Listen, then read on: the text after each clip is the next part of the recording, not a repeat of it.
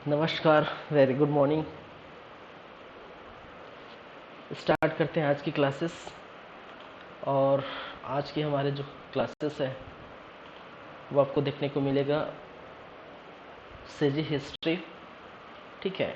और सिजी हिस्ट्री में कल्चुरी डायनेस्टी या फिर जिसको बोला जाता है कल्चुरी वंश, इसकी चर्चा करेंगे। और आज कल्चुरी वंश का पार्ट 2 लेके आए हैं। आप देख सकते हैं कल्चुरी वंश के बारे में थोड़ा से पिछले क्लास में बताया हुआ था। एक तो आप रतनपुर की कल्चुरी 2 शाखाओं में विभाजित था, ठीक है। एक रतनपुर की कल्चुरी और दूसरा रायपुर की कल्चुरी, ठीक है।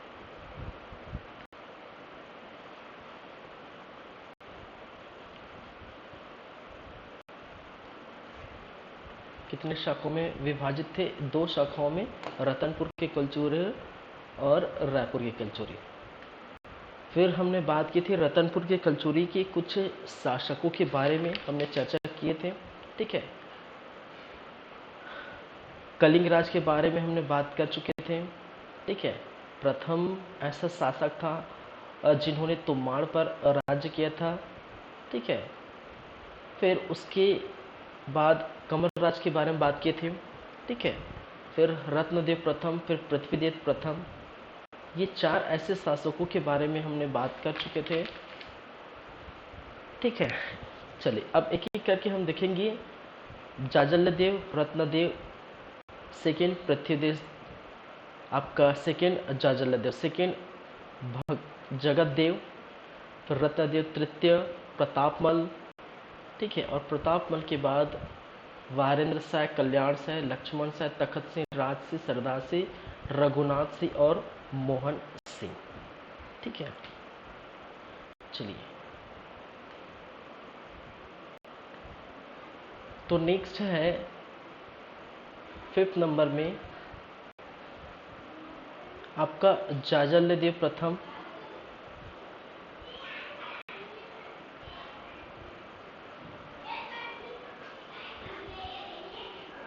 जाजलदेव प्रथम, ठीक है। 1095 से लेकर 1120 ईस्वी, ठीक है। ये इनके टाइमलाइन है। जाजलदेव प्रथम 1095 से लेकर 1120 ईस्वी तक ये शासन पर रहे। क्या क्या खास बातें हैं वो हम देख लेते हैं जाजलदेव प्रथम के समय। तो पहली बात, ये पृथ्वीदेव प्रथम का पुत्र था, ठीक है। पृथ्वीदेव प्रथम का क्या है? पुत्र कौन है? जाजलदेव प्रथम। याद रखिए जितने भी कल्चुरी शासक हैं उसमें सबसे प्रतापी शासक जाजलदेव प्रथम को माना जाता है, ठीक है। तो कल्चुरी वंश का प्रतापी शासक लिख सकते हैं। कल्चुरी वंश का सबसे प्रतापी शासक, प्रतापी शासक माना गया है किसको? जाजलदेव प्रथम की। उन्होंने कुछ उपाधियां भी धारण की थी, और एक उपाधि जिसको बोला जाता है गज शार्दुल। क्या है? गज शार्दुल। और गज शार्दुल कहने का मतलब है हाथियों का शिकारी या हाथियों का शिकार करने वाला, ठीक है। हाथियों का शिकारी या हाथियों का शिकार करने वाला, ठीक है। तो कहा जाता है जाजलदेव प्रथम बहुत ही ज़्यादा प्रतापी शासक थे, ठीक है। और उपाधि इसलिए धारण की थी क्योंकि वो हाथियों की शिकारी के जो है शौकीन थे, इसलिए इसको गज शार्दुल की उपाधि दी गई थी। ये कुछ बातें हैं इनके बारे में। चलिए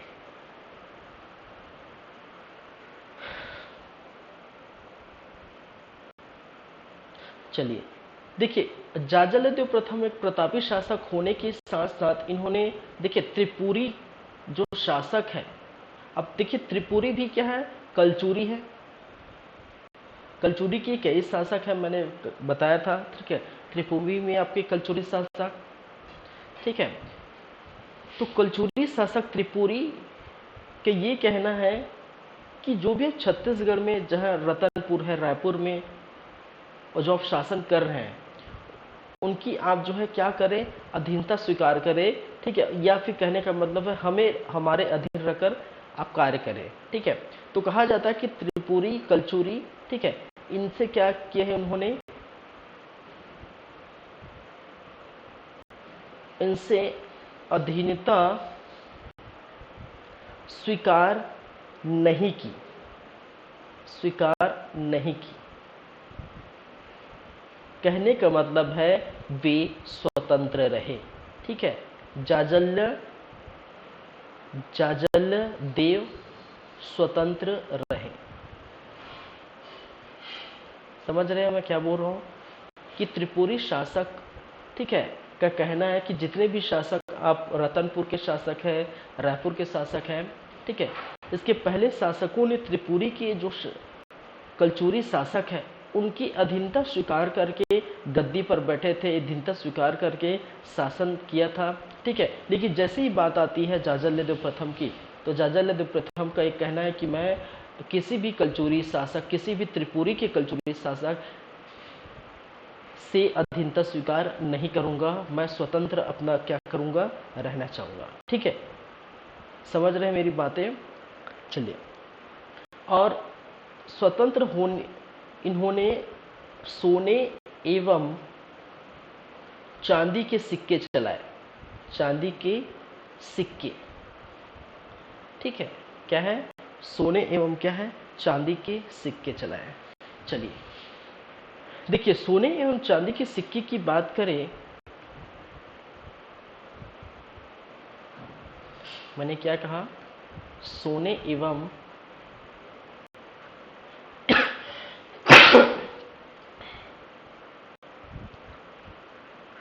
चांदी के सिक्के चलाए।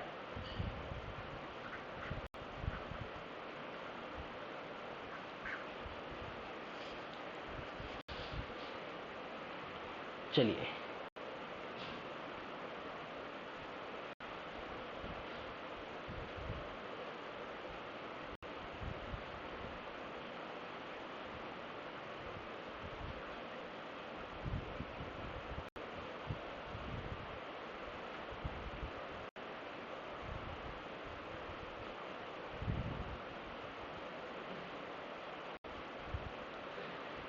ठीक है,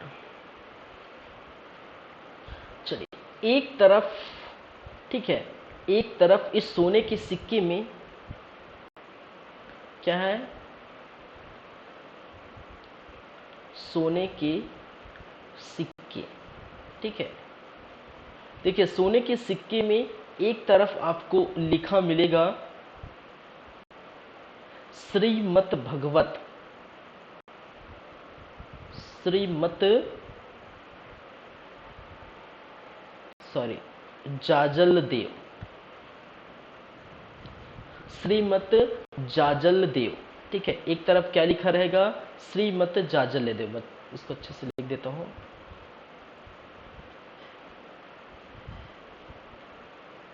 श्रीमत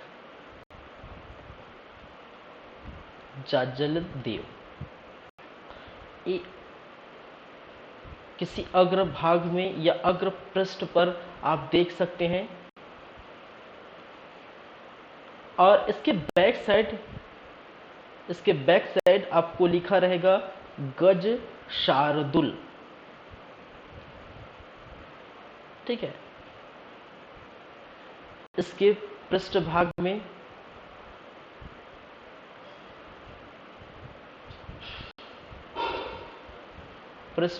क्या लिखा है, गज शार्दुल। कहने का मतलब है एक सिक्का है, एक सिक्के के दो पहलू होते हैं, ठीक है।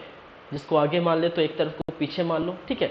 यदि आगे लिखा है श्रीमत जाजलदेव तो पीछे लिखा है गज शार्दुल, ठीक है। तो कहने का मतलब है अपनी आपकी प्रशंसा कर रहे हैं, और गज शार्दुल हाथियों का शिकार कहा जाता है इसी कारण।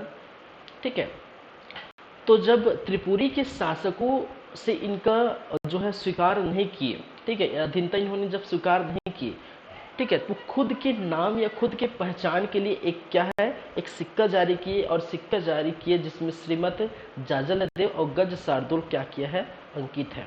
ठीक है, ये सोने के सिक्के में। ठीक है, अब बात करें यहाँ पर तांबे के सिक्के। ठीक है, सॉरी यह चांदी नहीं है, तांबा है। ठीक है,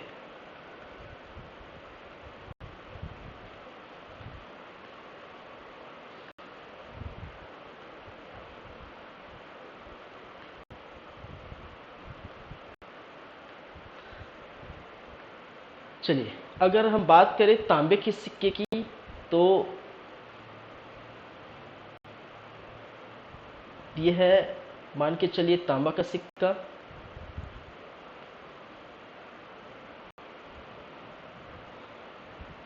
ठीक है, और इस तांबे के सिक्के में ये है तांबे के सिक्के। ठीक है, और तांबे के सिक्के की एक तरफ आपको अंकित मिलेगा श्री हनुमान जी, श्री हनुमान जी।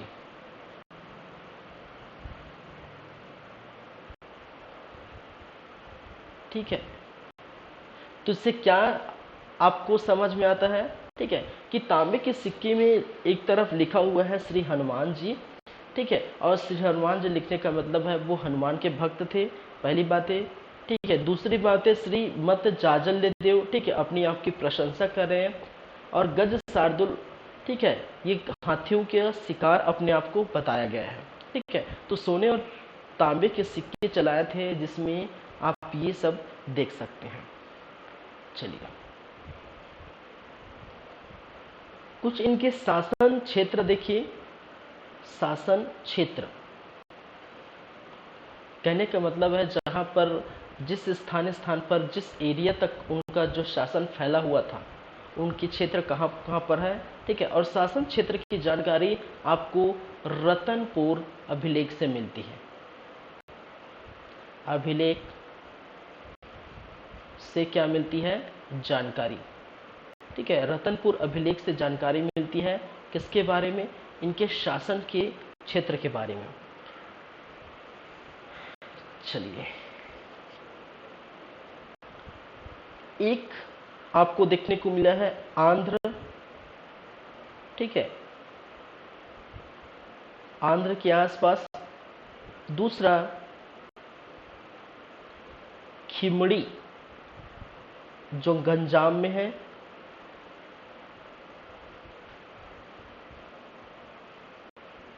थर्ड लजिया बालाघाट, बाला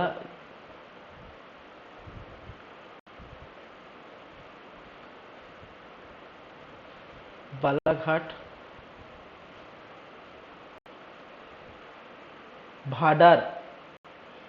ठीक है, फोर्थ नंबर में आप देखेंगे भाडार।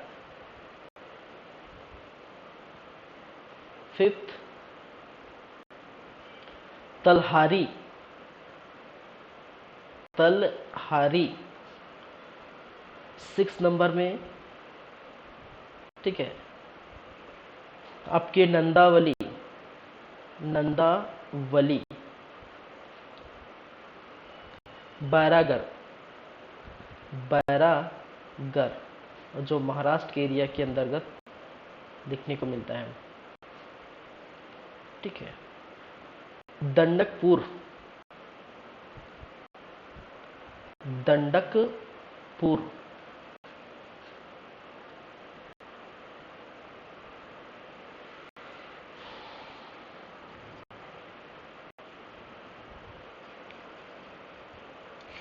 चलिए तो इसके शासन करने की जानकारी मिलती है आपको रतनपुर अभिलेख से। ठीक है, और रतनपुर अभिलेख में आपको देखने को मिलता है, लिखा है कि आंध्र के आसपास इन्होंने क्या की, शासन किया था। खिमड़ी, लजिया बालाघाट के अंदर, भाडार, तलहारी जो बिलासपुर के आसपास आता है आपकी, ठीक है, बिलासपुर, फिर नंदावली, बैरागढ़ महाराष्ट्र, दनकपुर, ठीक है। तो इतने सारे जगहों पर उन्होंने क्या किया, शासन किया था।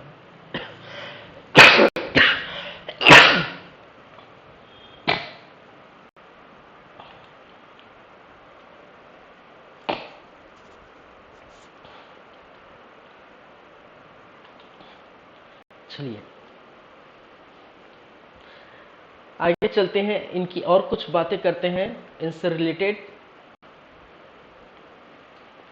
एक नाम याद रखिए, सोमेश्वर देव, ठीक है। और ये कौन है भाई, ये है छिंदक नागवंश, छिंदक नागवंश, ठीक है। देखिए सोमेश्वर देव जो कि छिंदक नागवंश है, कहाँ पर, आपके बस्तर एरिया में, ठीक है। हमने क्या कहा था, ये जो बस्तर एरिया है यहाँ पर आपके क्या है, छिंदक नागवंश रहते थे, ठीक है। और यहाँ के जो शासक थे, एक व्यक्ति जिसका नाम है सोमेश्वर देव। सोमेश्वर देव को कहा जाता है कि सोमेश्वर देव को जाजल देव प्रथम द्वारा क्या किया गया था, बंदी बनाया गया था, ठीक है। उनको पराजित किया था युद्ध में, और पराजित करके बंदी बनाया गया था, ठीक है। कुछ दिनों तक रखे, लेकिन इनकी माता गुंड महादेवी, ठीक है, इनकी माता गुंड महादेवी के कहने पर क्या किया गया, इनको रिहा कर दिया, ठीक है। तो याद रखिए इसको हम ऐसे लिख सकते हैं, सोमेश्वर देव वर्सेस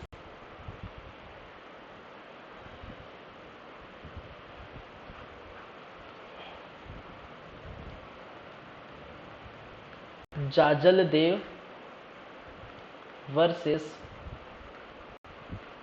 सोमेश्वर देव, ठीक है। और सोमेश्वर देव कहाँ के हैं, छिंदक नागवंश, छिंदक नागवंश, ठीक है, बस्तर के छिंदक नागवंश। चलिए, तो मैंने क्या कहा कि जाजल देव ने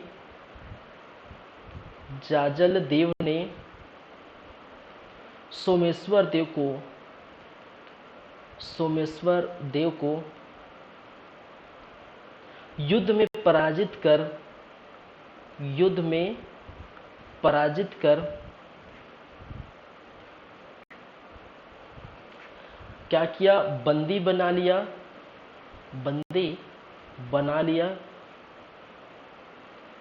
एवं, ठीक है, सोमेश्वर की मां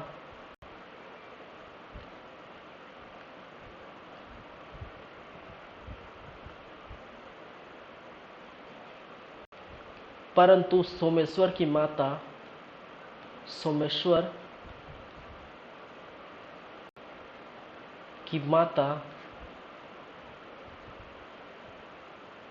गुंड महादेवी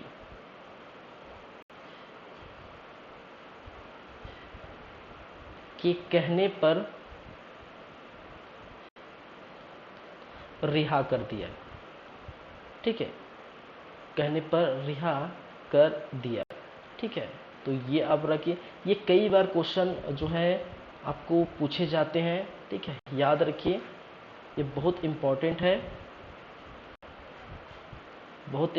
ये, ठीक है। कि जाजल देव प्रथम कई बार पूछा गया है, निम्नलिखित शासकों में से, ठीक है, किस शासक जाजल देव से पराजित हुए थे, ठीक है, या फिर निम्नलिखित में से कौन से शासक जो है सोमेश्वर देव, ठीक है, सॉरी, जाजल देव से पराजित हुए थे, ये ऐसे क्वेश्चन पूछे जाते हैं, ठीक है। या इनमें से कौन से शासक जाजल देव से पराजित हुए हैं, ठीक है। तो ऐसे क्वेश्चन 1 2 सोमेश्वर 2 इस प्रकार से पूछे जाते हैं, तो याद रखिए ये सभी। तो जाजल देव ने सोमेश्वर देव को युद्ध में पराजित किया था। पराजित करने का उनको बंदी बना लिया, कुछ समय तक रखे, परंतु सोमेश्वर देव की जो है माता, ठीक है, गुंड महादेवी, और माता के कहने पर, उनके आग्रह पर उनको क्या कर देते हैं, रिहा कर देते हैं। चलिए, ये थी बातें। कुछ बातें इनके निर्माण को लेकर है, इसके बाद चलते हैं इनके निर्माण को लेकर। इन्होंने क्या क्या निर्माण कराए हैं। एक आपको देखने को मिलता है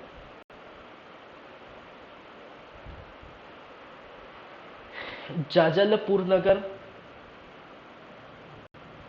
जाजलपुर नगर कहां पर, जांजगीर चांपा।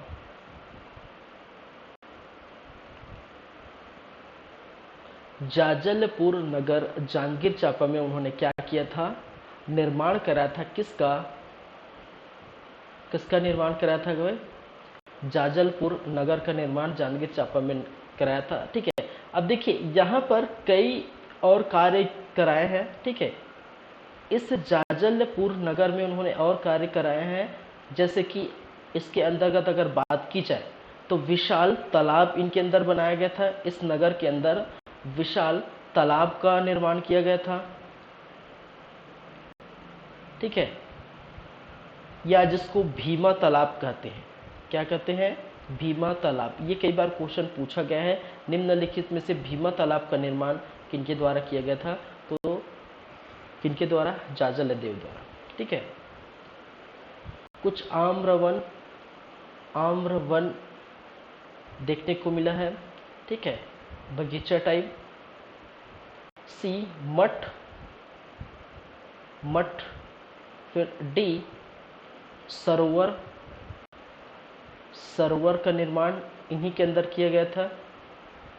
फिर बात करें विष्णु मंदिर, क्या है, विष्णु मंदिर, जिसको नकटा, ठीक है, नकटा मंदिर के नाम से भी जाना जाता है।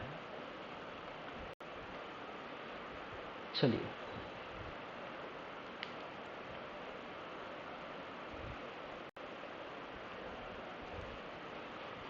ये आप देखेंगे तो जाजलपुर नगर बसाया, और उस जाजलपुर नगर में इन्होंने विशाल तालाब बनवाए, आम्र वन बनवाया, मठ का निर्माण किया। ठीक है, सरोवर का जो है निर्माण किया, विष्णु मंदिर जिसको नकटा मंदिर कहा जाता है, इनका भी इन्होंने निर्माण कराया। ठीक है, दूसरी बातें, ठीक है, कहा जाता है कि कोरबा और कोरबा में स्थित पाली, और पाली में स्थित है आपके शिव मंदिर। ठीक है, और इस पाली के शिव मंदिर का क्या किया था, जीर्णोद्धार कराया था। ठीक है, पाली के शिव मंदिर का उन्होंने क्या कराया,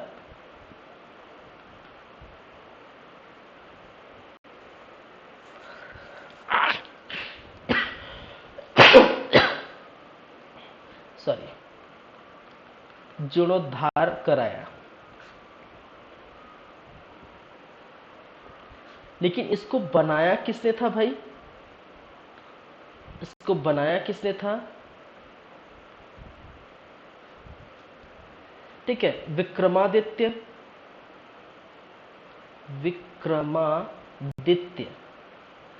द्वारा बनाया। याद रखेंगे। और विक्रमादित्य कौन है, बाणवंश शासक। कौन है, बाणवंश। हम बाणवंश शासक देखते, कलचोरी के पहले हमने बाणवंश शासक देखे थे। और बाणवंश शासक में, ठीक है, आप महामंडलेश्वर की बातें की थी। ठीक है,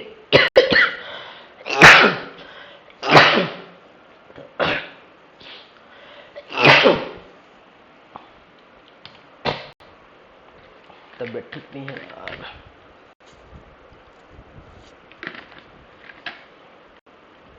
बाणवंशी शासक विक्रमादित्य द्वारा बनवाया गया था। ठीक है, जो कि कोरबा पाली में वो क्या करते थे, शासन करते थे। ठीक है, और इस शिव मंदिर का जीर्णोद्धार जो है किसके द्वारा कराया गया था? जाजल्य देव द्वारा। ठीक है, ये जो जीर्णोद्धार कराया गया है, देखिए ये जो जीर्णोद्धार कराया गया है इसके अंतर्गत कहा गया है, देखिए जीर्णोद्धार करने का मतलब है कि रिपेयरिंग करना। ठीक है, कहने का मतलब अगर कहीं कहीं जो दीवार खराब हो चुका है, ठीक है, तो दीवार में भाई जो है क्या करो, उनको जो है सीमेंट मार दो।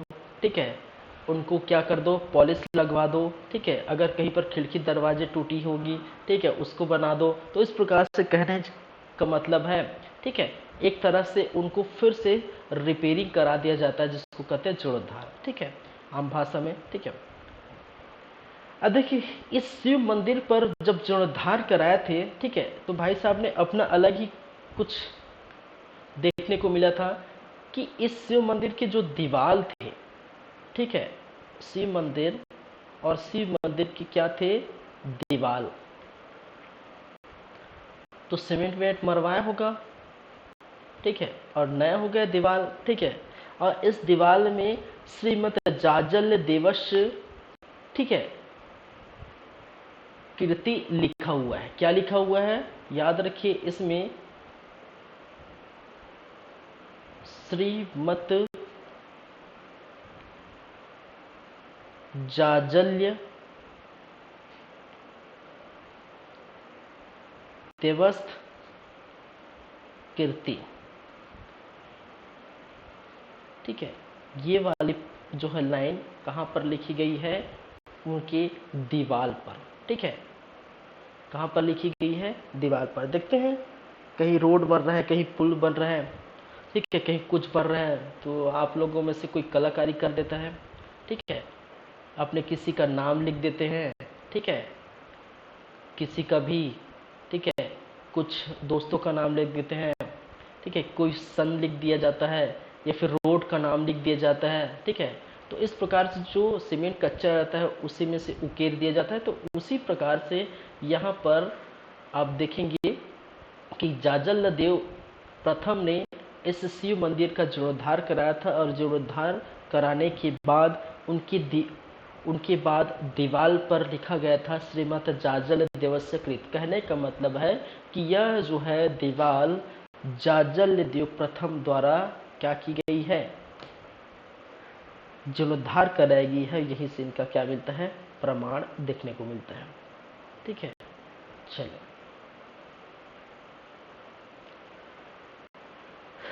तो ये बातें हैं, ये निर्माण है। ठीक है, किनके, जाजल्य प्रथम। तो आप देख सकते हैं इतनी सारी बातें इनके अंतर्गत हम किए थे। जाजल्य प्रथम, ठीक है, पृथ्वीदेव का पुत्र, कलचुरी वंश का प्रतापी शासक, गज शार्दुल उपाधि धारण किए थे।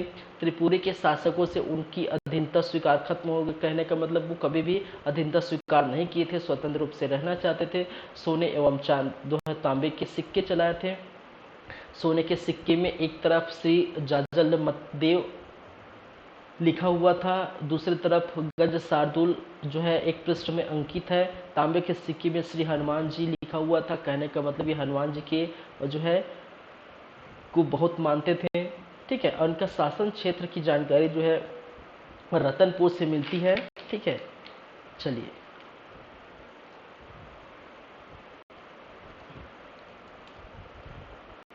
साथ ही साथ जाजल्य प्रथम के छिंदक नागवंश के शासक, सॉरी, छिंदक नागवंश सोमेश्वर देव को जाजल्य देव ने पराजित करके क्या किया गया था, बंदी बनाया गया था। लेकिन उसकी माता कुंड महादेव के कहने पर इसको रिहा कर दिया। ठीक है, याद रखिए यहाँ पर एक चीज और छूट गया। ठीक है, ये जो सभी है, इन सभी चीजों की जो है आपको जो जानकारी है, जानकारी कहाँ से प्राप्त होती है, याद रखिए सभी की जो जानकारी है वो प्राप्त होती है आपके कुर्सपाल अभिलेख से। किससे, जानकारी कुरुष पाल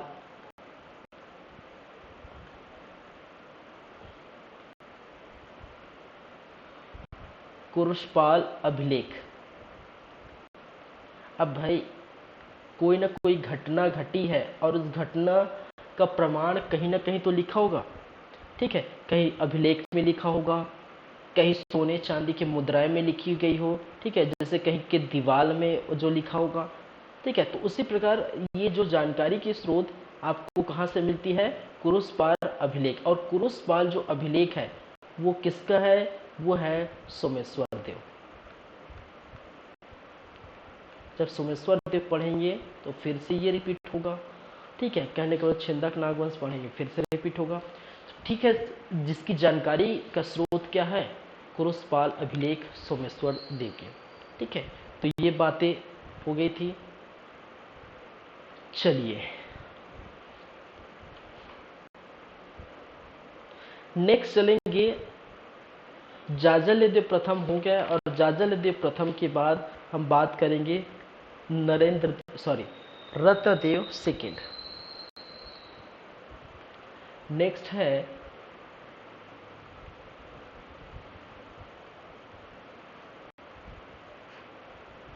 रत्नदेव सेकेंड।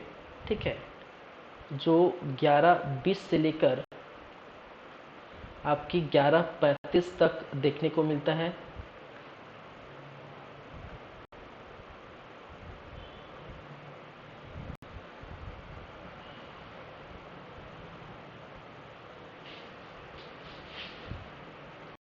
चलिए, ये है जाजलदेव का पुत्र। ठीक है, पहली बात इसकी बारे में बात करें तो ये जाजलदेव का क्या है? पुत्र है। दूसरी बात, इनके कुछ अभिलेख प्राप्त हुए। ठीक है, इनके कुछ अभिलेख प्राप्त हुए हैं और अभिलेख में आप देखेंगे एक जो है अकलतरा, क्या है? अकलतरा। दूसरा पारागांव, पारागांव। तीसरा शिवरी नारायण, शिवरी नारायण। चौथा सरसो, सरखो, क्या है? सरखो। चलिए, तो अभिलेख इनके प्राप्त हुए कहाँ कहाँ से? अकलतरा से, पारागांव से, शिवरी नारायण से और सरखो, ये 4 अभिलेख प्राप्त हुए। ठीक है, साथ ही साथ कहा जाता है इनके बारे में सोने एवं चांदी के सिक्के चलाए, चांदी के सिक्के चलाए।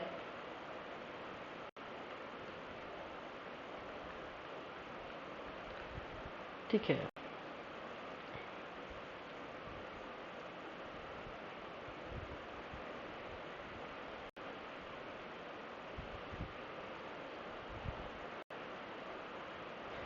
चलिए युद्ध देखेंगे।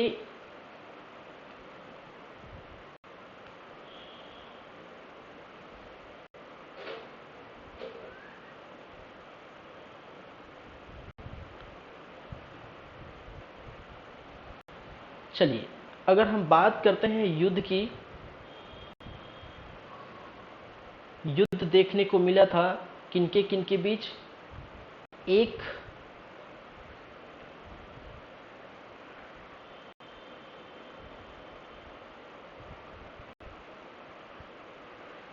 चलिए, एक अनंतवर्ण चूर्ण, अनंत वर्मन चोण, और ये कौन है? गंग वंश, गंग वंश।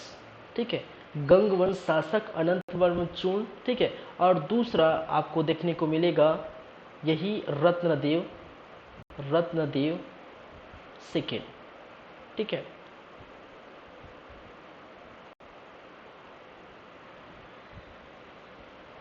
रत्नदेव सेकेंड जाहिर सी बात है कलचुरी से संबंधित रखते हैं।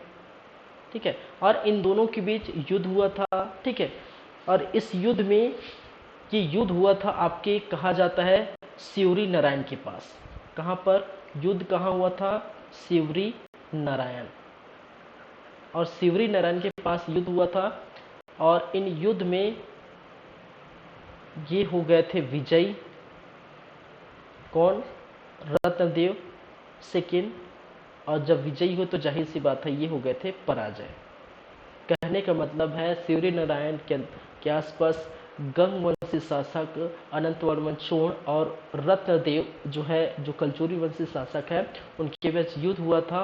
और युद्ध में ये रत्नदेव सेकेंड क्या हो जाते हैं? पराजित हो जाते हैं, सॉरी विजयी हो जाते हैं। ठीक है, तो ये कलचुरी वंश रत्नदेव ने क्या किया था? गंग वंशी शासक अनंत चोल को क्या है? पराजित किया गया था। लेकिन साथ ही साथ एक और शासक है, ठीक है, शशांक। क्या है? नाम याद रखिए, एक और शासक कौन है? शशांक। और ये भी क्या है? ये भी गंग वंश है। और इनको भी क्या किया था? इनको भी पराजित किया था। इनको भी क्या किया? पराजित किया था। ठीक है, ये भी है, एक युद्ध में इनको भी क्या किया था? पराजित किया था।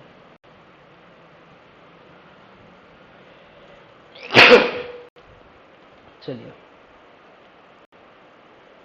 तो युद्ध में अनंतवर्मन और जो है शशांक दोनों पराजित हुए थे। बस इतनी ज़्यादा जानकारी है, उससे ज़्यादा जानकारी देखने को नहीं मिलती। ठीक है, चलिए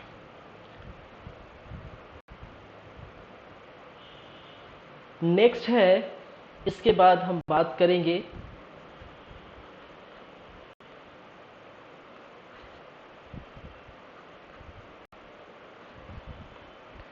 पृथ्वीदेव सेकेंड। क्या है? पृथ्वीदेव सेकेंड। ठीक है, इसके पहले हमने क्या क्या देखे थे? देखा जाए तो कलिंग राज, कंवर राज, रत्नदेव प्रथम, पृथ्वीदेव प्रथम, जाजलदेव प्रथम हो गया, रत्नदेव जो है सेकेंड भी हो गया, पृथ्वीदेव सेकेंड। यहाँ पर हम फिर जाजलदेव, जगतदेव, रत्नदेव, प्रतापल। ठीक है, ये हम देखेंगे।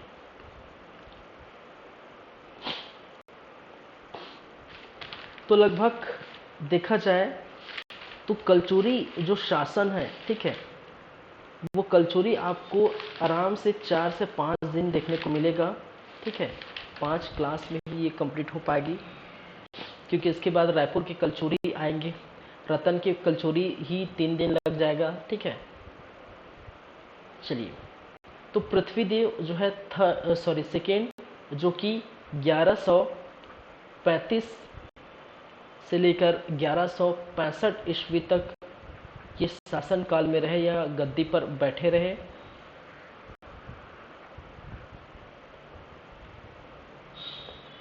चलिए इनके बारे में जानकारी इकट्ठा करते हैं। एक तो यह है रत्नदेव सेकेंड का पुत्र कहा जाता है इनको। रत्नदेव सेकेंड का क्या था? इनको रत्नदेव सेकेंड का पुत्र कहा जाता है, पहली बात। दूसरी बात,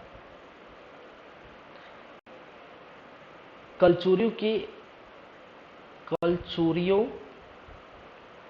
में से सर्वाधिक अभिलेख इनके मिले। कहा जाता है कि सर्वाधिक अभिलेख इनके देखने को मिले, इनके मिले। ठीक है, तो लगभग ये 13 अभिलेख इनके प्राप्त हैं। चलिए पृथ्वीदेव सेकेंड के बारे में, उसके अंतर्गत हम देखेंगे निर्माण के अंतर्गत। ठीक है, इनके बारे में हम बात करेंगे, इनके निर्माण को लेकर। तो पहली बातें निर्माण के बारे में, तो राजी लोचन मंदिर का जीर्णोद्धार कराया गया था। ठीक है, इसका राजीव लोचन मंदिर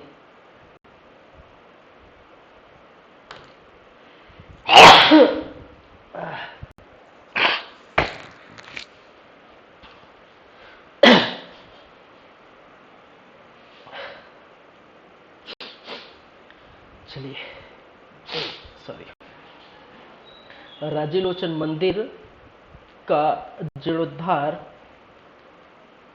ठीक है, पृथ्वीदेव सेकंड का सेनापति था एक, पृथ्वीदेव सेकंड का सेनापति जगतपाल, ठीक है, क्या नाम है, जगतपाल, जगतपाल द्वारा कराया गया, ठीक है। चलिए, तो राजीलोचन मंदिर, ठीक है, इसके निर्माण की बात किए थे, ठीक है, कौन कराया था भाई निर्माण, पांडुवंशी शासक रानी वासटा, और रानी वासटा ने अपने पति हर्ष की याद में, उसके स्मृति में कराया गया था।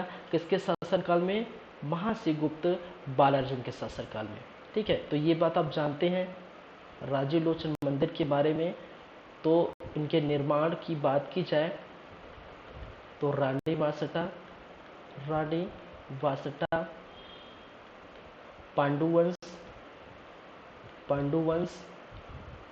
ठीक है, और इनके जो है पति थे हर्षगुप्त के स्मृति में, याद में, ठीक है। किसके समय, बालार्जुन के समय, ये चीज़ें आपको याद रखनी चाहिए, ठीक है। किसके समय, शिवगुप्त बालार्जुन के समय, बालार्जुन के शासनकाल में, ठीक है। तो कुछ चीज़ें हैं जो एक दूसरे से रिलेटेड रहते हैं, तो ये याद रखिए।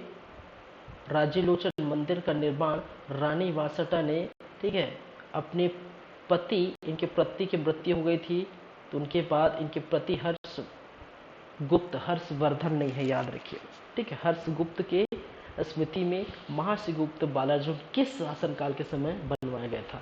लेकिन इसी का जीर्णोद्धार या फिर इसी का पुनः निर्माण बोल सकते हैं। जीर्णोद्धार करने का मतलब मरम्मत वगैरह, ठीक है, पृथ्वीदेव सेकंड का जो सेनापति जगतपाल द्वारा कराया गया था, ठीक है, ये याद रखेंगे।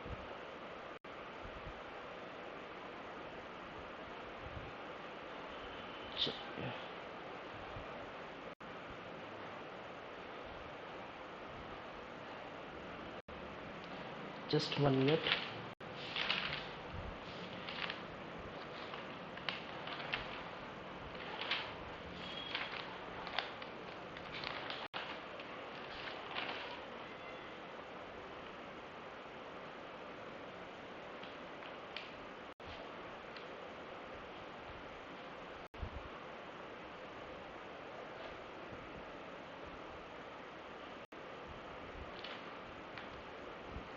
सॉरी, ये जो है वो लक्ष्मण मंदिर है, ठीक है, ये याद रखिए, इतनी बातें नहीं होती, ठीक है, ये बातें लक्ष्मण मंदिर की है। ध्यान से निकल के मुझे लगे ये लक्ष्मण, तो ये क्या है, ये राजीव लोचन मंदिर है, ठीक है। चलिए, इसका निर्माण जो है पिलास-तुंग द्वारा किया गया था, पिलास-तुंग, ये याद रखिए, ठीक है। वो जितनी भी बातें हैं वो लक्ष्मण मंदिर की है, ठीक है। चलिए, तो राजीलोचन मंदिर का जीर्णोद्धार पृथ्वी देव सेकंड का, ठीक है, सेनापति जगतपाल द्वारा कराया गया था।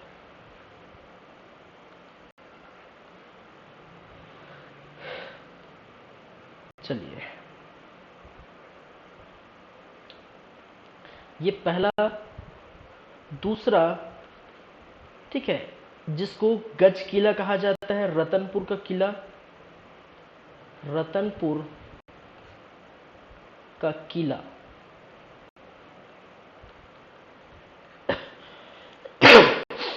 या जिसको गज किला कहा जाता है, इसका भी निर्माण किया है इनके द्वारा।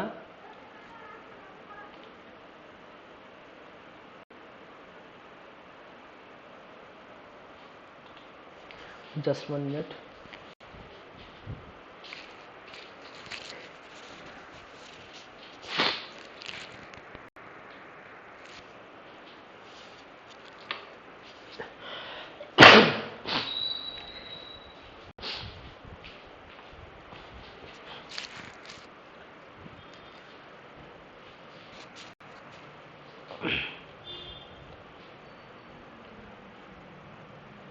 चलिए, रतनपुर का किला जिसको कहा जाता है गज किला, इस गज किले का भी क्या किया गया था, निर्माण कराया गया था। ठीक है,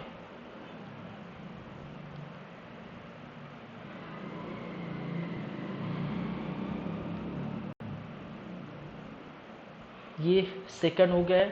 थर्ड में आते हैं, एक है पृथ्वी देव सेकंड के एक सामंत थे कि क्या है, सामंत, और इस सामंत का नाम है आपका वल्लभ राज। वल्लभ राज, और इस सामंत वल्लभ राज के द्वारा कुछ निर्माण कराए गए थे। ठीक है, एक निर्माण, 2 सरोवर का निर्माण कराया गया था। ठीक है, 2 सरोवर का निर्माण कराया गया था। फिर खारंग झील का निर्माण कराया गया था। खारंग झील कहाँ पर, खारंग नदी पर, खारंग नदी पर, नदी पर। ठीक है, तो एक 2 सरोवर का निर्माण, साथ ही साथ खारंग झील का निर्माण खारंग नदी पर, किनके द्वारा, वल्लभ राज। और वल्लभ राज कौन है, पृथ्वी देव सेकंड के सामंत थे।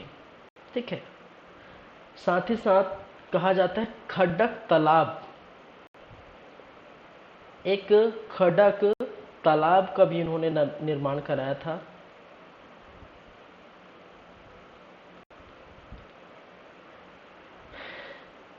एक और सामंत थे। ठीक है, पृथ्वी देव का दूसरा सामंत, पृथ्वी देव सेकेंड का सामंत, और एक सामंत का नाम, ठीक है, ब्रह्मादेव। क्या है, ब्रह्मादेव। और उस ब्रह्मादेव के अंतर्गत कहा जाता है कि इन्होंने भी कुछ निर्माण कराए गए थे। एक नरसिंहनाथ मंदिर, नरसिंहनाथ मंदिर, क्या है, नरसिंहनाथ मंदिर। ठीक है, और दूसरा धुरजटी मंदिर। और ये धुरजटी मंदिर आपको कहाँ देखने को मिलती है, नारायणपुर। ये नारायणपुर और नरसिंहनाथ मंदिर जो संबलपुर में देखने को मिलती है, संबलपुर।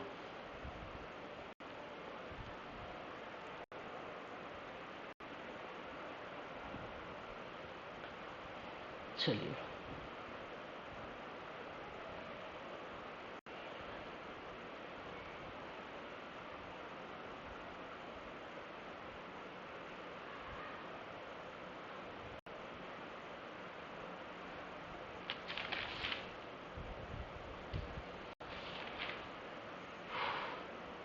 ये हो गए। छठे नंबर पर आप देख लीजिए, पृथ्वीदेव सेकेंड और पृथ्वी देव सेकेंड का एक पुत्र है, और उस पुत्र का नाम है अकाल देव। क्या है, अकाल देव। सॉरी, उसका भाई था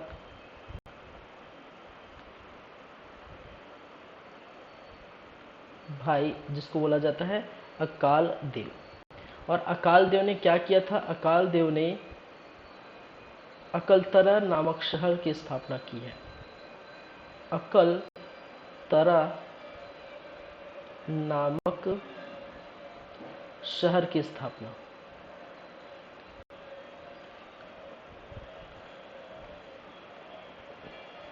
ठीक है, किनको द्वारा किया गया था, अकाल देव द्वारा। चलिए, तो ये बातें हैं। इसके अंदर सिर्फ ज़्यादातर पृथ्वीदेव सेकंड के अंतर्गत ज़्यादातर आप देखेंगे इनके निर्माण के बारे में चर्चे सुनने को मिलता है। राजीव लोचन मंदिर का निर्माण विलास तुंग ने कराया था, और विलास तुंग के इस निर्माण के अंतर्गत जीर्णोद्धार की बात की जाए तो पृथ्वीदेव सेकंड है। वो चीज़ें जो मैं रानी वासिष्ठा वाली बात की थी, ठीक है, तो उसमें याद रखिए वो लक्ष्मण मंदिर था, ठीक, ये राजीव लोचन मंदिर है, दोनों में अंतर है, ठीक है। चलिए, पृथ्वीदेव सेकंड का सेनापति जगत पाल द्वारा कराया गया था। रतनपुर का किला या फिर गज किला का निर्माण भी देखने को मिला था। पृथ्वीदेव सेकंड के सामंत, एक सामंत थे बल्लभराज और दूसरा सामंत था ब्रह्मदेव। बल्लभराज ने जो है 2 सरोवर का निर्माण कराया था। खारंग झील का भी निर्माण इनके द्वारा किया गया था, खारंग नदी पर, ठीक है, और एक खंडक तालाब भी का निर्माण कराया गया था।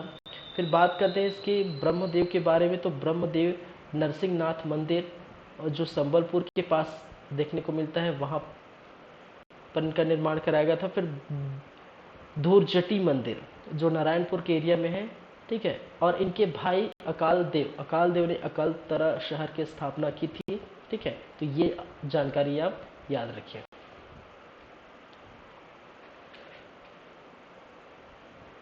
चलिए, नेक्स्ट अगर बात करें, देखिए पृथ्वीदेव सेकेंड की बात करें तो पृथ्वीदेव सेकेंड, ठीक है, और पृथ्वीदेव सेकेंड का जो भाई है वो है अकाल देव,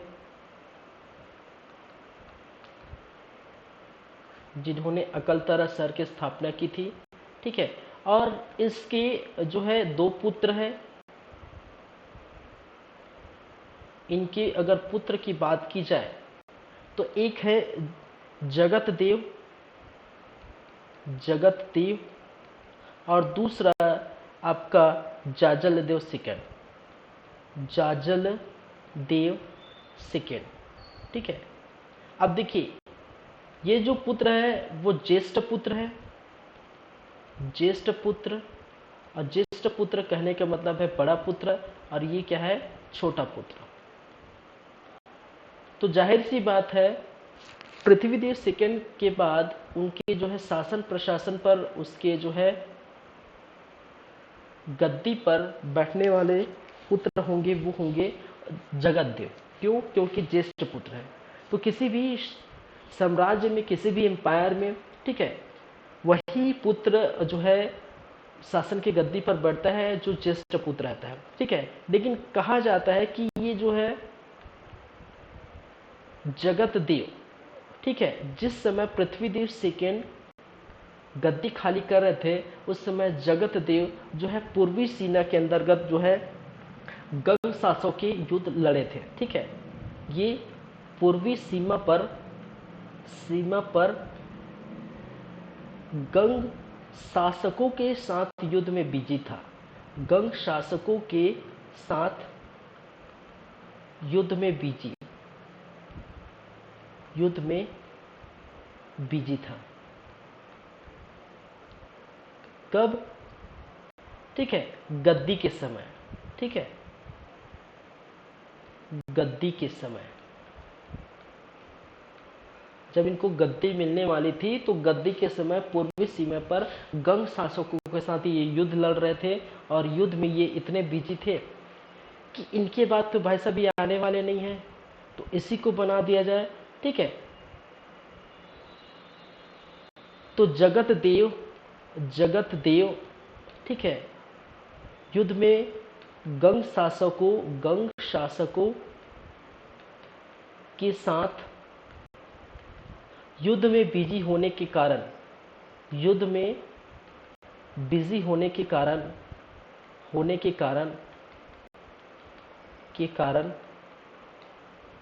जाजल देव सेकंड को ठीक है गद्दी सौंप दिया, ठीक है, याद रखिए। तो इसका मतलब क्या है, अगला शासक कौन बनेगा, ठीक है, तो ये बन गया अगला शासक।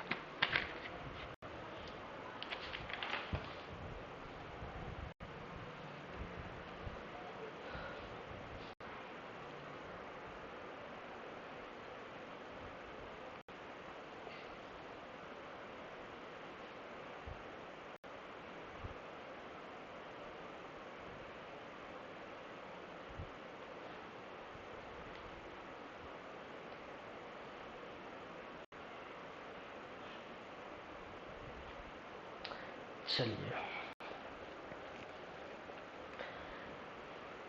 आगे बढ़ते हैं। तो कहानी स्टार्ट करेंगे अब किसकी, जाजलदेव सेकेंड की। पृथ्वीदेव सेकेंड हो गया, इसके बाद यही बनते हैं ना जाजलदेव सेकेंड। ठीक है,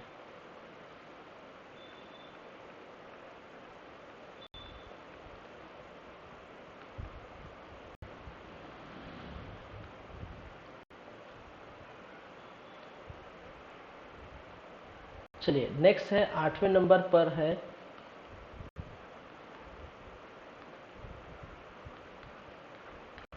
जाजलदेव सेकेंड। 1165 से लेकर 1168 ईस्वी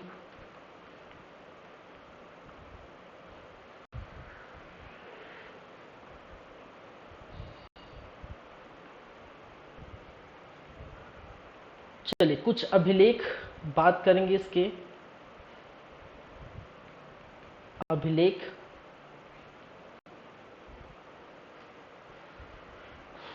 ठीक है, एक अभिलेख जो है अमोदा ताम्रपत्र, दूसरा मल्हार से प्राप्त है, और तीसरा या थर्ड शिवरी नारायण से। शिवरी नारायण से ठीक है, 3 ताम्रपत्र आपको देखने को मिलेगा जाजलदेव सेकंड के बारे में। नेक्स्ट है, देखिए नेक्स्ट हम बात करेंगे युद्ध के बारे में। ठीक है, और जो युद्ध आपको देखने को मिला था वो हुआ था शिवरी नारायण में। खैर फिलहाल देखे नहीं थे। ठीक है, शिवरी नारायण।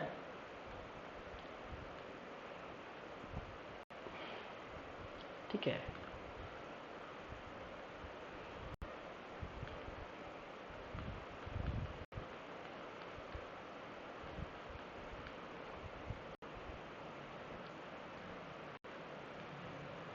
चलिए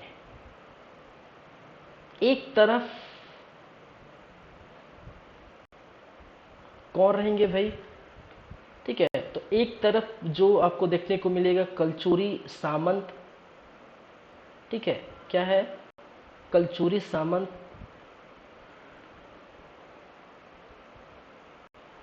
कलचूरी सामंत। ठीक है, और उस सामंत का नाम है उड़हल देव। उल्हड़ देव। ठीक है, और किसके सामंत थे, जाजलदेव सेकंड के जो है सामंत थे। ठीक है, दूसरे तरफ त्रिपुरी शासक, त्रिपुरी शासक, और उस त्रिपुरी शासक का नाम है जय सिंह। ठीक है, किसकी, जय सिंह। और ये किसके सामंत थे, जाजलदेव। जाजलदेव के सामंत थे। कहा जाता है कि त्रिपुरी शासक जय सिंह, ठीक है, और जाजलदेव के सामंत उल्हन देव के बीच युद्ध हुआ था शिवरी नारायण में। ठीक है, और युद्ध का परिणाम आपको क्या देखने को मिलता है, युद्ध का परिणाम यहाँ पर जो जय सिंह है वो हो जाते हैं विजयी। ठीक है, अब जब ये विजयी होंगे तो जाहिर सी बात है ये हो जाएंगे पराजित। ठीक है, क्या हो जाते हैं, पराजित। और पराजित होने के साथ साथ युद्ध मैदान में इसकी हो जाती है, ऐसा कहा जाता है कि इस उल्हन देव या फिर जाजलदेव के सामंत उल्हन देव की मृत्यु इसी जो है मैदान में हो जाती है।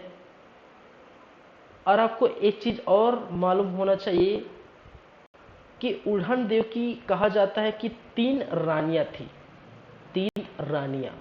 ठीक है, और इनके मृत्यु के बाद तीनों रानी बाद में क्या हो जाती है, सती हो जाती है।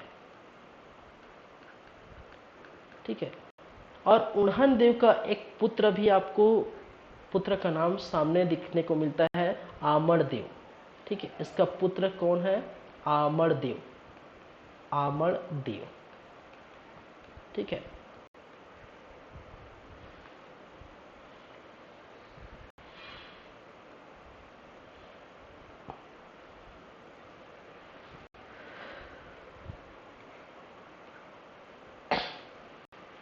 चलिए अब देखिए मैं क्या बोल रहा हूँ। युद्ध हुआ था सूर्य नारायण के पास, कलचोरी सामंत जो है उल्हण देव, ठीक है, और उल्हण देव जो जाजल देव के सामंत थे। त्रिपुरी शासक जयसिंह, इन दोनों के बीच युद्ध हुआ था। इस त्रिपुरी शासक जयसिंह को विजय प्राप्त हुई, ठीक है, और साथ ही साथ उल्हण देव पराजित हुए। पराजित होने के साथ साथ कहा जाता है कि उसी मैदान पर, ठीक है, युद्ध मैदान पर कहा जाता है इसकी मृत्यु हो जाती है। उल्हण देव की 3 रानियां थी, ठीक है, और 3 रानी में तीनों रानी क्या हो जाती है? सती हो जाती। कहने के बाद उसकी चिता पर लेट जाते हैं, ठीक है। बाद में पुत्र आमण देव, अब पुत्र आमण देव जो है एक तरह से क्या हो जाते हैं, ठीक है, घर बार नहीं है बेचारे का, कहने का मतलब परिवार जो है बेघर हो गए, इनकी माता पिता के जो है एक तरह से देहांत हो गया है, ठीक है।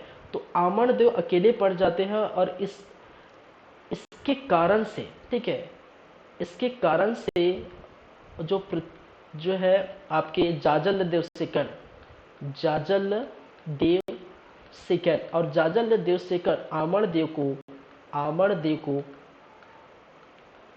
पुत्र के समान माना, ठीक है, पुत्र के समान माना, ठीक है, और जो भी चीजें जरूरत होगी जैसी होगी, ठीक है, किसी परिस्थिति में, ठीक है, तो इस एक प्रकार से उनको गोद ले लिया, ठीक है। कहने का मतलब है कि भाई जाजल देव के सामंत थे तो उनके ही सेवा में हमेशा लगे रहे, ठीक है, उनके ही सेवा में, जाजल देव की सेवा में उल्हण देव हमेशा लगे रहे। लेकिन जब उल्हण देव की मृत्यु हो जाती है, ठीक है, रानी उनकी माता सती हो जाती है, तो आमण देव अकेले पड़ जाता है। तो अकेले पड़ जाएंगे तो जाहिर सी बात है अब जाजल देव का एक धर्म बनता है, ठीक है, कि उनके पिताजी ने मेरी सेवा की है तो उनके पुत्र को एक तरह से मैं गोद ले लूं, ठीक है। तो एक प्रकार से कहा जाता है कि जाजल देव से ने आमण देव को गोद लिया था और पुत्र तुल्य माने थे, ठीक है, एक पुत्र के समान वो माने थे।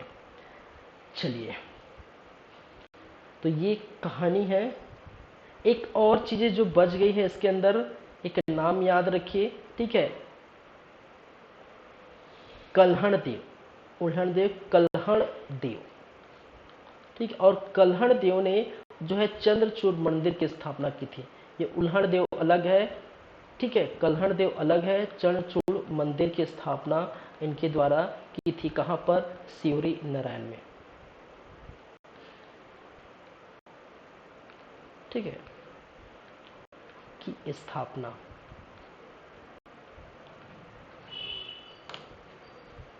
ठीक है, तो ये सब बातें हैं, जाजल देव से रिलेटेड बातें हैं।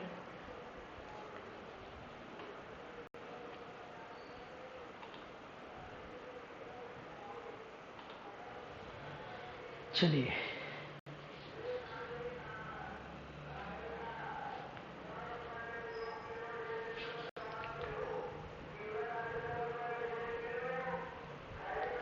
चलिए नेक्स्ट अगर बात करें तो नेक्स्ट ये तो हो गया, ठीक है। अभिलेख याद रखिए, अमोदा, मल्हार, सूर्य नारायण, युद्ध याद रखिए, जाजल सेकंड के बारे में ये युद्ध याद रखिए। चलिए, 8वें नंबर के बाद 9वें नंबर में उनका भाई आपको देखने को मिलता है फिर से, जगत देव, जगत देव, ठीक है।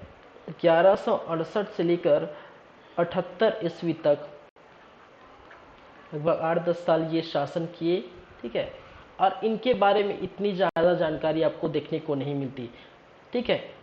तो इनके बारे में क्या कहा जाता है? ये जाजल देव सेकंड का भाई है, ठीक है, क्या है? जाजल देव सेकंड का भाई, पहली बात क्या है? जाजल देव सेकंड का भाई है। दूसरी बात, ठीक है, गद्दी के समय, देखिए गद्दी के समय मैंने बताया था, गद्दी के समय ये पूर्वी सीमा पर गंग शासकों के साथ युद्ध में बिजी था। गंग शासकों के साथ युद्ध में बिजी होने के कारण, युद्ध में बिजी होने के कारण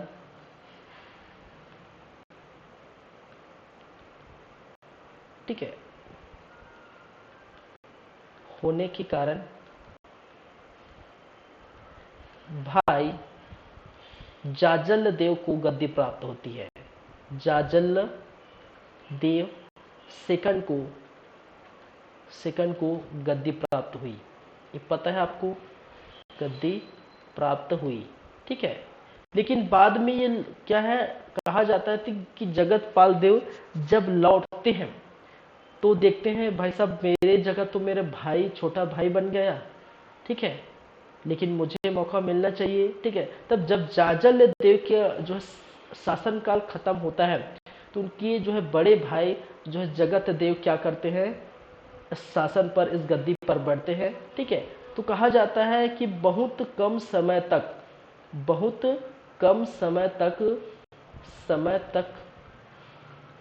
कि गद्दी में बैठते हैं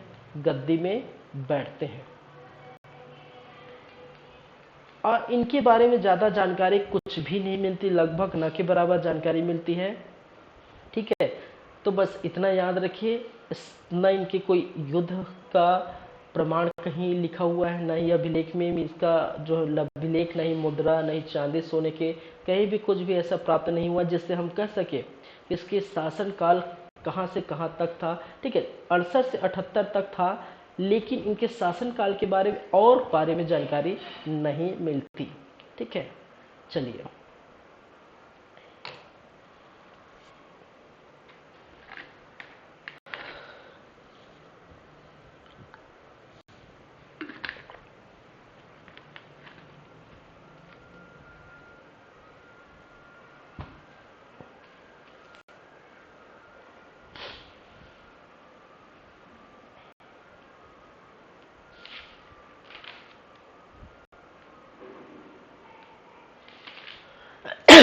चलिए ठीक है, 9 के बाद ले चलते हैं आपको नंबर 10, और जहां पर आप देखेंगे रत्नदेव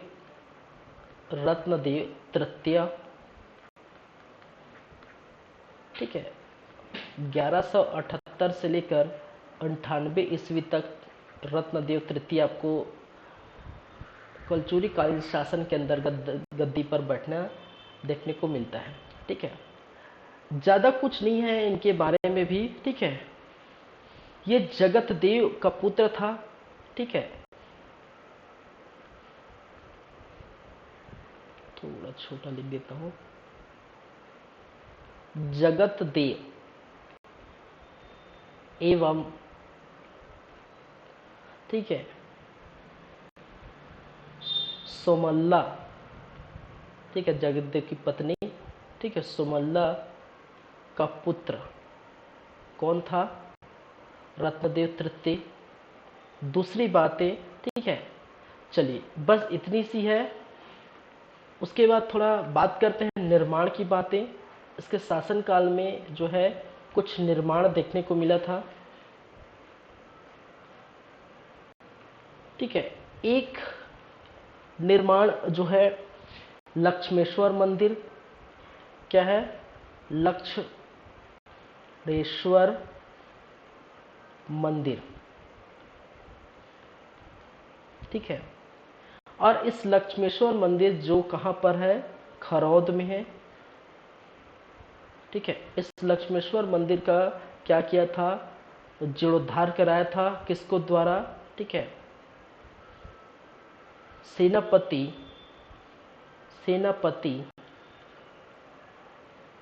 उसको कलर चेंज कर देता हूं, सेनापति गंगाधर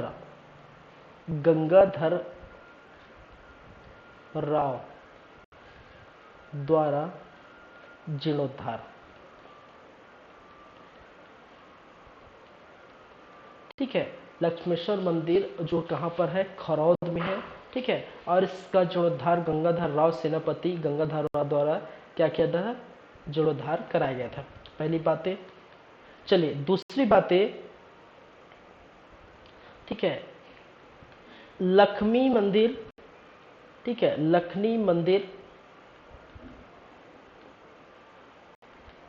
का मंदिर कहां पर आपको देखने को मिलेगा? ये भी देखिए कहां पर, रतनपुर पर, रतनपुर का लक्ष्मी देवी मंदिर। और इस लक्ष्मी देवी मंदिर का जो है निर्माण किया गया था किसके द्वारा? रत्नदेव, रत्नदेव थर्ड द्वारा, ठीक है, रत्नदेव थर्ड द्वारा निर्माण, ठीक है, यही देख रहे हैं। चलिए थर्ड हम बात करते हैं, एक और है,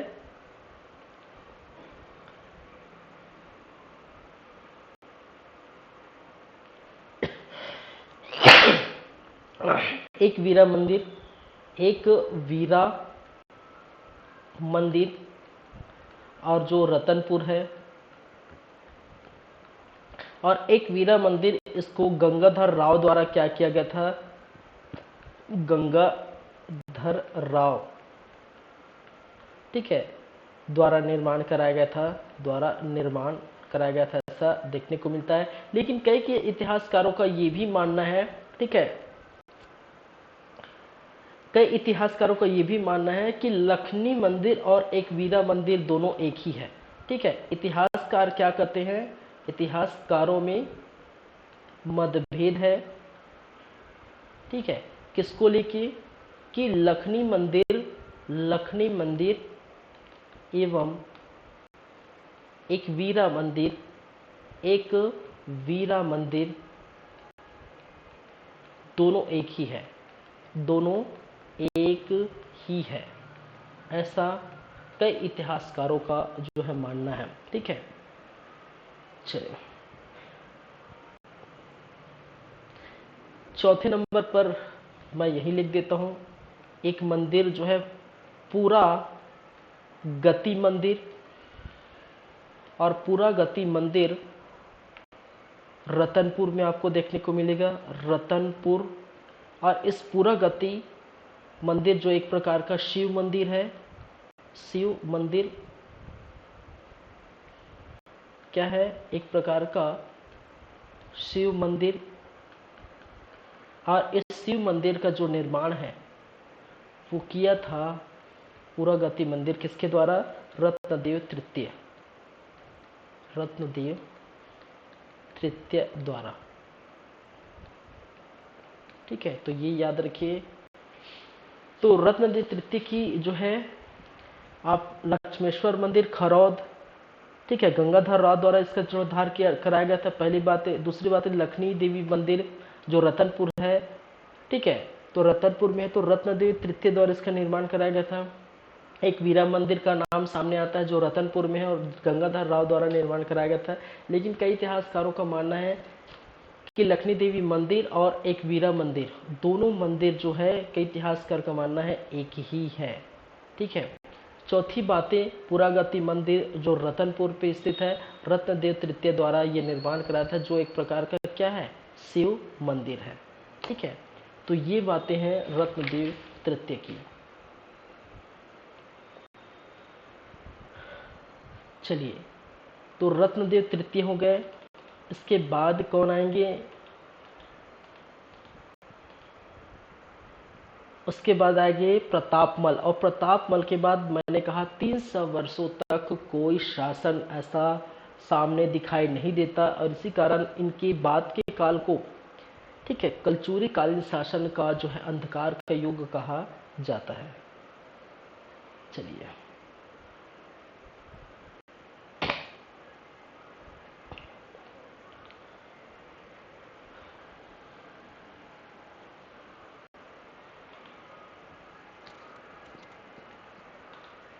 ठीक है, तो देखते हैं आगे, आगे की बातें करेंगे 10वें के बाद नंबर 11, ठीक है।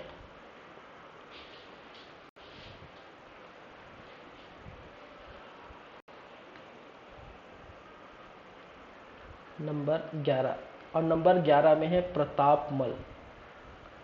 प्रतापमल,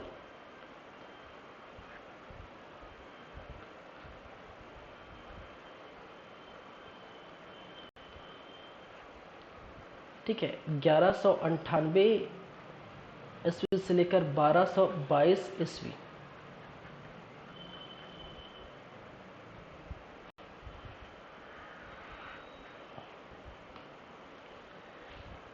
चलिए, रत्नदेव थर्ड का पुत्र, ये याद रखिए पहली बातें। दूसरी, कुछ ताम्रपत्र इसके मिले, ताम्रपत्र इनके देखने को मिले हैं, ठीक है। एक ताम्रपत्र, ठीक है, बिलाईगढ़, बिलाईगढ़,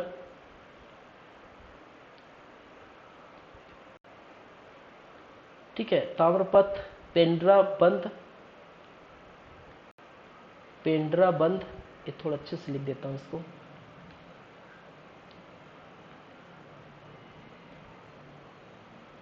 एक है बिलाईगढ़, दूसरा पेंड्राबंद, ठीक है। तीसरा कोनारी, और चौथा बालपुर। ठीक, कहाँ पर? बालपुर, ठीक है। इन तीनों से कहा जाता है कि एक एक ताम्रपत्र प्राप्त, और यहां से बालपुर से 12 ताम्रपत्र प्राप्त, ठीक है, 12 ताम्रपत्र प्राप्त हुए हैं।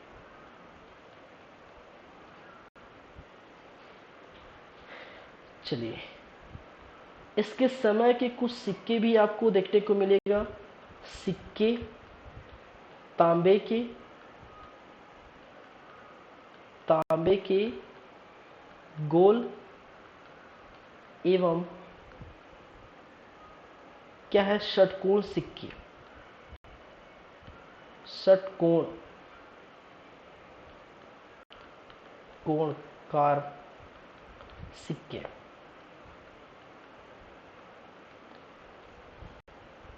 ठीक है। तांबे की क्या है, एक सिक्का जो है इस प्रकार से गोल सिक्का देखने को मिला है, ठीक है। दूसरा ये जो षटकोणकार कहने का मतलब जहां पर क्या हो, इसके 6 कोने हो, ये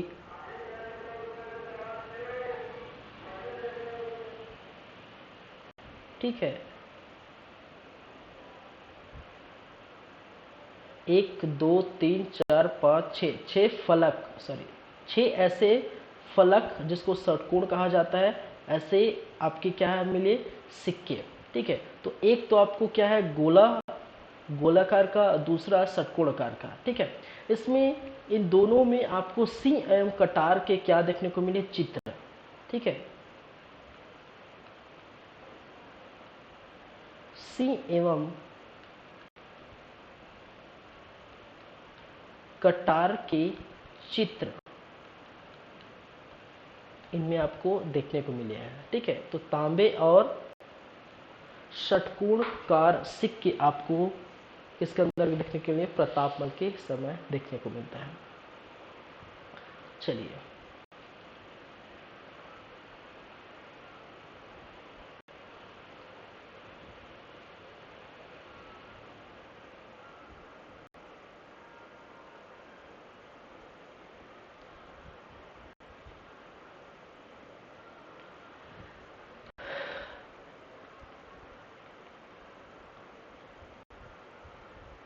प्रतापमल के बाद कहा जाता है, प्रतापमल के बाद, ठीक है, 1494 लगभग 1494 या फिर 1480 तक, लगभग 250 से 3 वर्ष 250 से 3 वर्षों तक, ठीक है, 250 से 3 वर्षों तक कलचुरियों,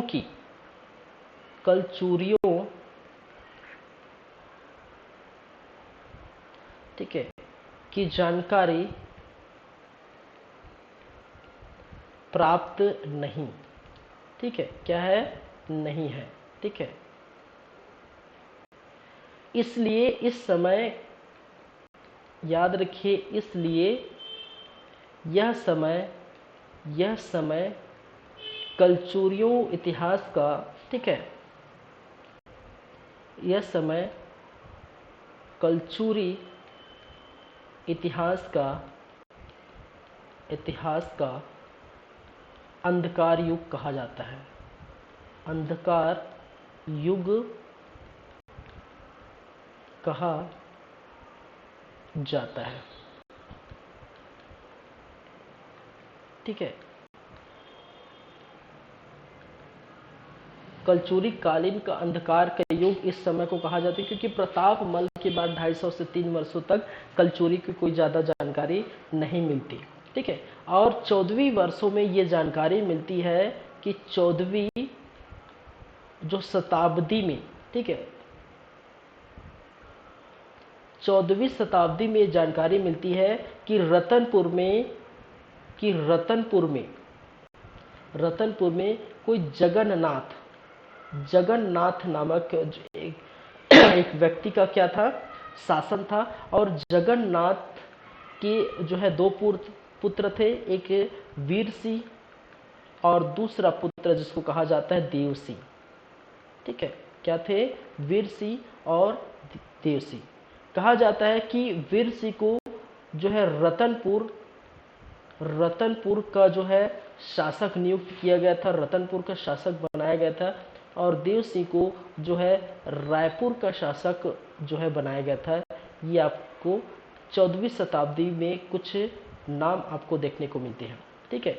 इनके पुत्र थे जगत देव के, एक वीर सिंह, दूसरा देव सिंह। और वीर सिंह रतनपुर के शासन, ठीक है, रायपुर के शासक देव सिंह को माना गया है। तो ये 14वीं शताब्दी में रतनपुर में एक ऐसी चीजें देखने को मिलती है, ठीक है। तो एक शाखा रतनपुर पे बैठ जाता है और दूसरा शाखा रायपुर के अंतर्गत बढ़ जाता है, ठीक है। चलिए, तो ये बात थी किसकी, प्रताप मल के बाद, ठीक है। नेक्स्ट हम बात करेंगे किसकी,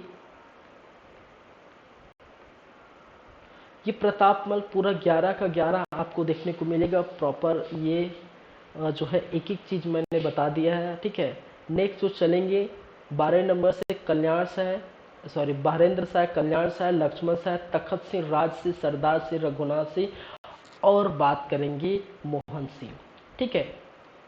तो 7-8 जो है वो बज गए, ठीक है। तो इसकी चर्चा हम जो है नेक्स्ट क्लास में करेंगे क्योंकि अभी समय नहीं है फिर, ठीक है। नेक्स्ट क्लास में हम देखेंगे, आगे की बातें करेंगे। फिलहाल तो नेक्स्ट क्लास में बहरेंद्र शाह से लेकर मोहन सिंह, ठीक है। चलिए, तो नेक्स्ट क्लास क्या होने वाला है,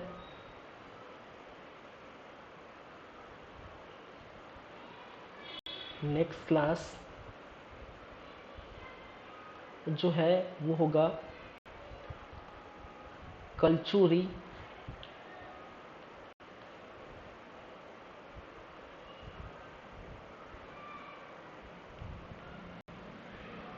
भाग 2 हो गए, भाग 3 हम लेके आएंगे, ठीक है। और इस कलचुरी भाग 3 में हम बात करेंगे बहरेंद्र शाह, ठीक है, किसकी, बहरेंद्र शाह। और बहरेंद्र शाह के साथ साथ हम बात करेंगे मोहन सिंह, ठीक है।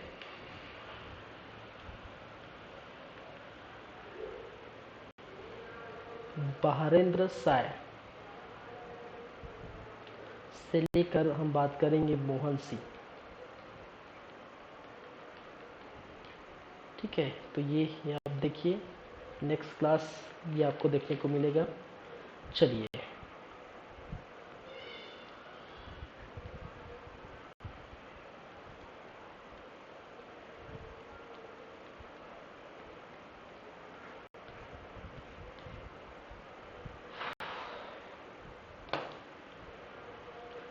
चलिए थैंक यू क्लास, मिलते हैं नेक्स्ट क्लास में।